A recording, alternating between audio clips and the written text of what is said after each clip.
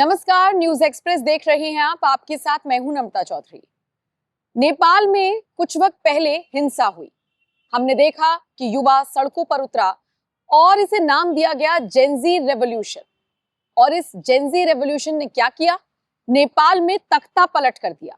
KP Sharma Oli की सरकार गिर गई और सुशीला कार्की अंतरिम प्रधानमंत्री बनाई गई हैं, जिन्होंने ऐलान भी कर दिया कि बहुत जल्द चुनाव होंगे और नेपाल की जनता किसे चुनेगी ये देखने वाली बात होगी। नेपाल में जेनजी ने जिस तरीके से इस पूरी हिंसा को अंजाम दिया, उसके बाद भारत में बैठे कुछ लोगों ने, खासकर पॉलिटिशियंस ने आगाह किया केंद्र सरकार को कि आप भी संभल जाइए, नहीं तो नेपाल जैसे हालात हो सकते हैं। बहुत सारे ऐसे नेता रहे जिन्होंने नेपाल का नाम ले लेकर भारत को लेकर बयान देने शुरू किए। अब उनका मकसद क्या था ये वही जाने। उसके बाद leader of opposition Rahul Gandhi का एक ट्वीट आता है जिसमें वो कहते हैं कि वो युवाओं के साथ खड़े हैं। चलिए ठीक है, वो जो भविष्य है देश का, यानी कि हमारे नौजवान उनके साथ खड़े हैं, ठीक है। लेकिन फिर वो कहते हैं कि वो जेनजी के साथ खड़े हैं। और उसके बाद हम देख रहे हैं कि उत्तराखंड में, लद्दाख में और कर्नाटक में युवा सड़कों पर है। मुद्दे अलग अलग हैं, लेकिन ओवरऑल अगर आप देखेंगे तो एक युवा वर्ग ऐसा है जो जेनजी की कैटेगरी में आता है। जेनजी जानते हैं ना आप कौन है? जेनजी मतलब जिनका जन्म 1997 से लेकर 2012 तक हुआ है, मतलब जिनकी उम्र लगभग 25, 26, 27 या उससे कम के बच्चे, उन्हें जेनजी यानी जनरेशन जेड की कैटेगरी में डाला गया है।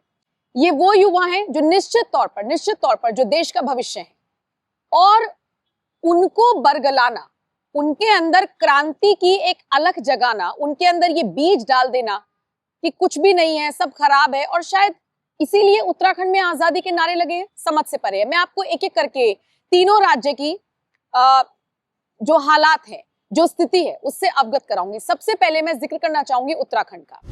उत्तराखंड में अगर हम बात करें तो पेपर लीक की खबर सामने आई। UKSSC का पेपर, कुछ लोग कह रहे हैं लीक हुआ, कुछ लोग कह रहे हैं कि पेपर में से शुरू के 3 पन्नों की फोटो खींचकर वायरल कर दी गई। खालिद एक ऐसा लड़का जो एग्जाम देने के लिए गया था, लेकिन उसने शुरू के 3 पन्नों की फोटो खींची, अपनी बहन साबिया को भेजा, उस साबिया ने किसी प्रोफेसर को भेजा, जवाब आए साबिया के पास, साबिया ने खालिद को फॉरवर्ड किया, और जो पूरा प्रकरण हुआ आधे 1 घंटे के बीच, उस बीच वो जो 3 पन्नों की फोटो थी वो वायरल हो गई। सोशल मीडिया पर स्क्रीनशॉट्स ये कहकर वायरल किए जाने लगे कि UKSSC का पेपर लीक हो गया। सोच कर देखिए, जो बच्चा इतने टाइम से मेहनत कर रहा था, या जो पिछली बार रह गया होगा, वो इस बार उम्मीद से था कि मैं इस बार पार कर लूंगा, उसे पता चलता है कि पेपर लीक हो गया। यानी उसका पेपर कितना भी अच्छा गया हो तो लीक हो गया, यानी कि परीक्षा रद्द होगी, तो उसकी मेहनत कहाँ गई? ये सारी चीजें और एक असंतोष की भावना पैदा हुई स्टूडेंट्स में, और स्टूडेंट्स देहरादून में बैठ गए प्रोटेस्ट करने के लिए।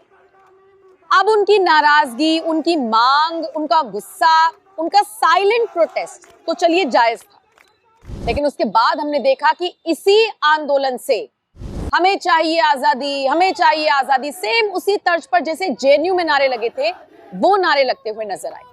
और सोशल मीडिया पर उनका ये वीडियो ट्रेंड भी कर रहा है, जिसमें कुछ महिलाएं ताली पीट पीट कर आजादी आजादी आजादी का जिक्र कर रही हैं, ठीक उसी तरीके से जैसे JNU में कन्हैया ने कभी इसी तरीके से नारे लगाए थे। और दोनों वीडियो सोशल मीडिया पर वायरल हैं, और कहा जा रहा है कि JNU से कमतर नहीं था ये प्रोटेस्ट जिसमें आजादी के इसी तरीके से नारे लगाए गए। इसी प्रोटेस्ट में से एक लड़की कहती है कि भगवाधारियों को एंट्री नहीं मिलेगी। इसी प्रोटेस्ट में से एक बुर्के वाली कहती है कि नेपाल जैसे हालात बना दिए जाएंगे। मतलब ये प्रोटेस्ट पेपर लीक को था, नाराजगी को लेकर था, पेपर लीक माफियाओं के खिलाफ था, या फिर किसी पॉलिटिकली आदमी को खुश करने के लिए था, किसी कोई पॉलिटिकल एम्बिशियस आदमी को खुश करने के लिए था। स्टूडेंट्स के कंधों पर बंदूक रखकर कौन चला रहा है ये उन स्टूडेंट्स को भी समझना होगा, और बेमतलब के पचड़ों में पड़ने से बचना होगा। शायद इसीलिए एक तरफ सारे बच्चे प्रोटेस्ट करते हुए नजर आए, दूसरी तरफ एक उत्तराखंडी बच्चे ने हमारे कैमरे पर कहा कि ये सब टाइम वेस्ट कर रहे हैं, टाइम पास कर रहे हैं, वर्थ इट नहीं है। और रही बात आजादी की, तो आजादी ना होती तो इस तरीके से प्रोटेस्ट ना कर रहे होते। इस लड़के को सुनिए। ये जो प्रदर्शन किया जा रहा है इसके बारे में क्या है इसका? बारे में तो मैं यही कहूंगा कि यार वैसे तो ये जो अभी क्राउड आ रहा है इन्हें यहाँ पे अपना टाइम वेस्ट नहीं करना चाहिए, इन्हें आगे जाना चाहिए, कुछ और चीज़ों पे ज़्यादा फोकस देना चाहिए। यहाँ पे आके सिर्फ ये अपना टाइम वेस्ट कर रहे हैं और कुछ नहीं कर रहे। आगे के लिए पढ़ाई करो। टाइम वेस्ट लग रहा है आपको? हाँ, ये क्योंकि और भी एग्जाम्स आते हैं, यूकेजी ये नहीं है, काफ़ी सारे एग्जाम्स हैं, आप उनमें ट्राई करो। यहाँ नहीं हो रहा तो बाकी भी एग्जाम्स है, वहाँ पे ज़्यादा अच्छा आप कर सकते हो। क्या पता ये नहीं था, हर चीज़ कुछ अच्छे के लिए होती है। यहीं से एक नारा लगा था, एक बुरखे में औरत बोल रही थी कि इसको जो है नेपाल बना दिया जाएगा, तो क्या कहना चाहोगे? नेपाल मैं उनमें वो कुछ नहीं बोल सकता, वो लोगों की मेंटलिटी के ऊपर डिपेंड करता है। अब जैसा आदमी सोचेगा वैसा होगा, तो वो तो आपको भी पता नहीं होता, क्योंकि जो सोचोगे वो होगा ही नहीं। क्योंकि अगर होना भी है तो यूथ को भी वैसा होना पड़ेगा, क्योंकि नेपाल की यूथ तो ज़्यादा ही एक्टिव थी, यहाँ नहीं है वैसा। यहाँ थोड़ा आज़ादी अवेयरनेस नहीं है। आजादी है यहाँ पर? आज़ादी है, आजादी मांगी जा रही है। आज़ादी यहाँ तो काफ़ी ज़्यादा आज़ादी है। आपको कितनी आज़ादी चाहिए? यहाँ सारे स्टेट के रहते हैं, सारे रिलीजन्स के रहते हैं, आपको आज़ादी क्या चाहिए? वे ऑफ फ्रीडम मिल रखा है, यहाँ पे बैठने को मौका मिल रखा है। नहीं तो अगर आज़ादी नहीं होती बैठ पाते ये? पहली बात ना, ये कह रहे हैं आज़ादी चाहिए, पुलिस वाले डंडा मार के भगा सकते हैं। पहली बात ना, आज़ादी नहीं है तो वही चीज़ है। जो आजादी आजादी का नारा लगा था, जेएनयू वाला नारा यहाँ पे लगाया गया। वो तो वेस्ट है, पता नहीं किसे, वो तो विरोध करने के लिए, वो सिर्फ भटकाने के लिए लगाया गया है। वो ऐसे अगर आज़ादी तो काफ़ी ज़्यादा आज़ादी, इतने लोग खड़े हैं आज़ादी की वजह से तो खड़े हैं, नहीं तो अगर आज़ादी नहीं होती यहाँ आपको कोई भी नहीं दिखता। ये तो बात रही उत्तराखंड की। अब आ जाइए लद्दाख में। लद्दाख के लोगों को चाहिए कि लद्दाख को आप पूर्ण राज्य का दर्जा दे दीजिए, या फिर छठी अनुसूचित जो लिस्ट है उसमें आप शामिल कर दीजिए। मांगे आप बोल सकते हैं, अपनी मांगों को आप रख सकते हैं, लेकिन फिर वहां पर होती है हिंसा।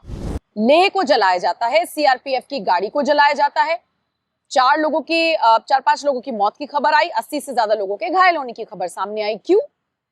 वैसे तो लद्दाख के लोग काफी ज्यादा शांति प्रिय माने जाते हैं, फिर उनको किसने भड़काया? उनके पीछे अपने पॉलिटिकल एम्बिशंस को पूरा करने के लिए कौन लोग थे जो इनके कंधे पर रखकर बंदूक चला रहे हैं? और इस पूरे प्रकरण में सोनम वांगचुक का नाम भी सामने आ रहा है, जिनके एनजीओ पर भी लगातार सरकार नजर रखे हुए है। विदेशी फंडिंग जैसे आती थी वो लाइसेंस रद्द कर दिया है, और इसके अलावा गृह मंत्रालय की तरफ से भी ऑफिशियल स्टेटमेंट सोचिए जारी किया गया, जिसमें कहा गया है कि उनके भड़काऊ भाषण की वजह से ये सारा प्रोटेस्ट हुआ।